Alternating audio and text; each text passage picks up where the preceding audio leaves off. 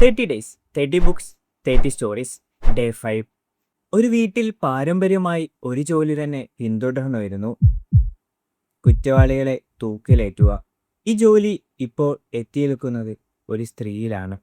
അവൾ പഠിക്കേണ്ടി വരുന്നത് ഒരു കയറെങ്ങനെ കെട്ടണം, ഒരു മനുഷ്യന്റെ അവസാന സമയം എങ്ങനെ കണക്കാക്കണമെന്നോ, മരണവും ജീവിതവും തമ്മിലുള്ള സമയം എങ്ങനെ കൈകാര്യം ചെയ്യണമെന്നതുമാണ്. പുറത്തു നോക്കുമ്പോൾ ഇതൊരു ജോലിയായി തോന്നുമെങ്കിലും ഓരോ അനുഭവങ്ങളും അവളുടെ ഉള്ളിലേക്ക് പതുക്കെ കടക്കുന്നു. അവളുടെ ചിന്തകളും അവൾ ലോകത്തെ കാണുന്ന രീതിയും മാറി തുടങ്ങുന്നു. ഒരു സൈക്കോളജിക്കൽ ഫിലോസഫിക്കൽ നോവലാണിത്.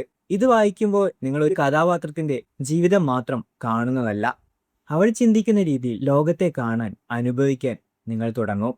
കഥ മുന്നോട്ട് പോകുന്തോറും അതിലെ ആശയങ്ങളും വികാരങ്ങളും നിങ്ങളുടെ ഉള്ളിലേക്ക് തുറന്നു വരും.